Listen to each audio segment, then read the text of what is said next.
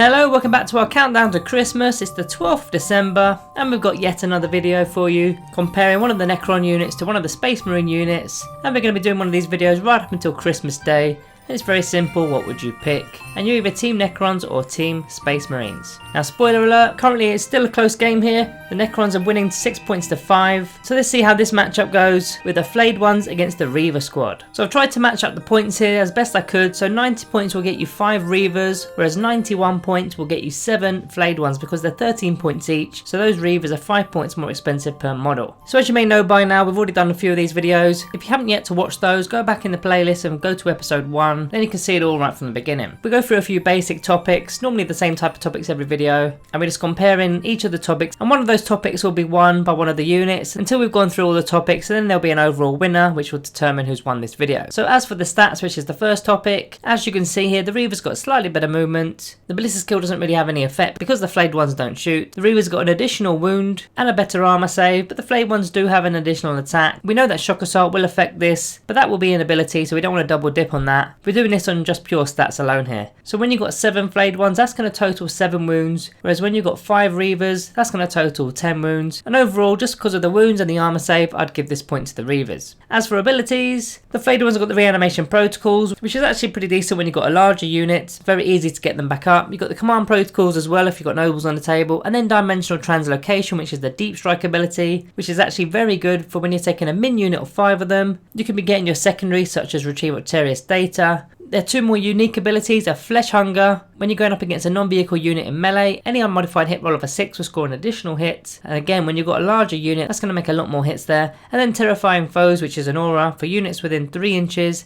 They're going to have a -2 to their leadership. It's pretty decent. And as for the Reivers, they've got Angels of Death, of course, so the combat doctrines, the Shock Assault, and they'll show no fear. The Bolter Discipline isn't really going to have much of an effect because they've not got any rapid fire bolt weapons, but they can also combat squad as well. If you've got a max unit, you can split them up into 2 units of 5. Then finally, they've got a very identical ability, which is Terror Troops, which is an aura. Enemy units within 3 inches will subtract 2 from their leadership characteristics, so a bit of deja vu there, very similar. Now, there are a couple of options for the Reaver unit to take, which is the Grapnel Launcher, 2 points per model. It's basically going to give you the outflank ability, and vertical distances will not take away any of your movement. Then there's also the option of the Grav Shoots for 2 points per model, which will gain them the Death from Above ability, which is effectively Deep Strike, so they'll be matching the Flayed ones on that aspect too. So the abilities are very similar, except the Flesh Hunger ability, which the Flayed ones have, I think wins this point, getting additional hits on a hit roll of a 6. Now as for damage output, those Flare Claws are of course melee weapons, Strength User, which is Strength 4, -1 AP, 1 damage. So if you're going against Toughness 3 with 7 models, that's going to be 21 attacks, 14 hits on average, scoring roughly 9 wounds there. That's of course before any armor saves have been made. Now if you're going against Toughness 4 models with those 21 attacks, you're still going to be getting your 14 hits on average, but you'll be scoring around 7 wounds there. So if you're taking the combat knife for the Reaver unit, you're going to get the exact same numbers because it's the exact same strength. So they're also going to get 21 attacks because they get 2 attacks base. So for 5 models, that's going to be 10 attacks. They're then going to get the Shock Assault ability, that's going to be 15. They get an additional attack for the combat knife, that's going to be 20. And then the sergeant within the group is going to make it 21.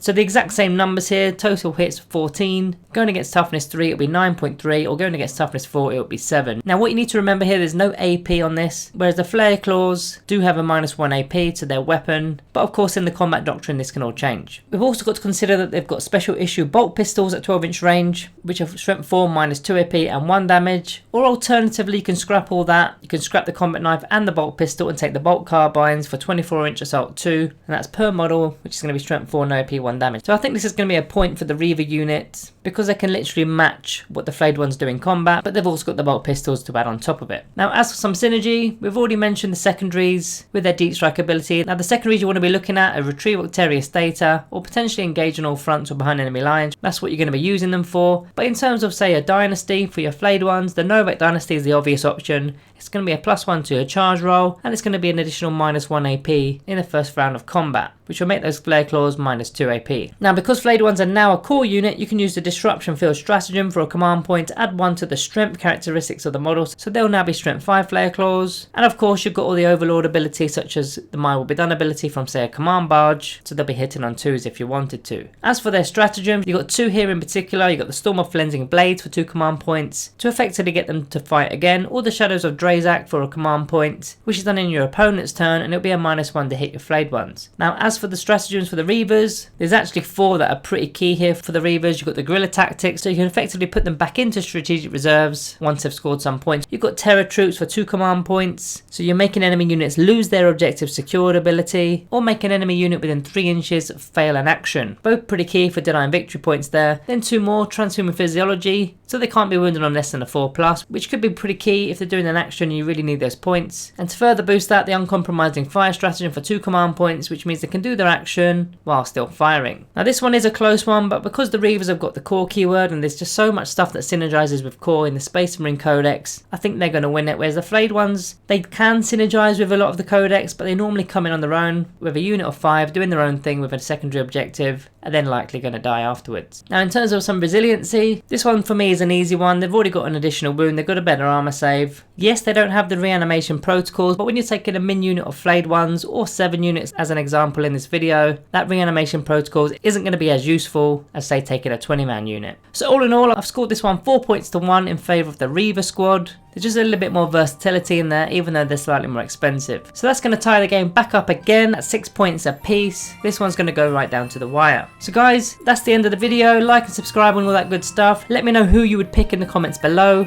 Thank you all for watching, and I'll see you tomorrow.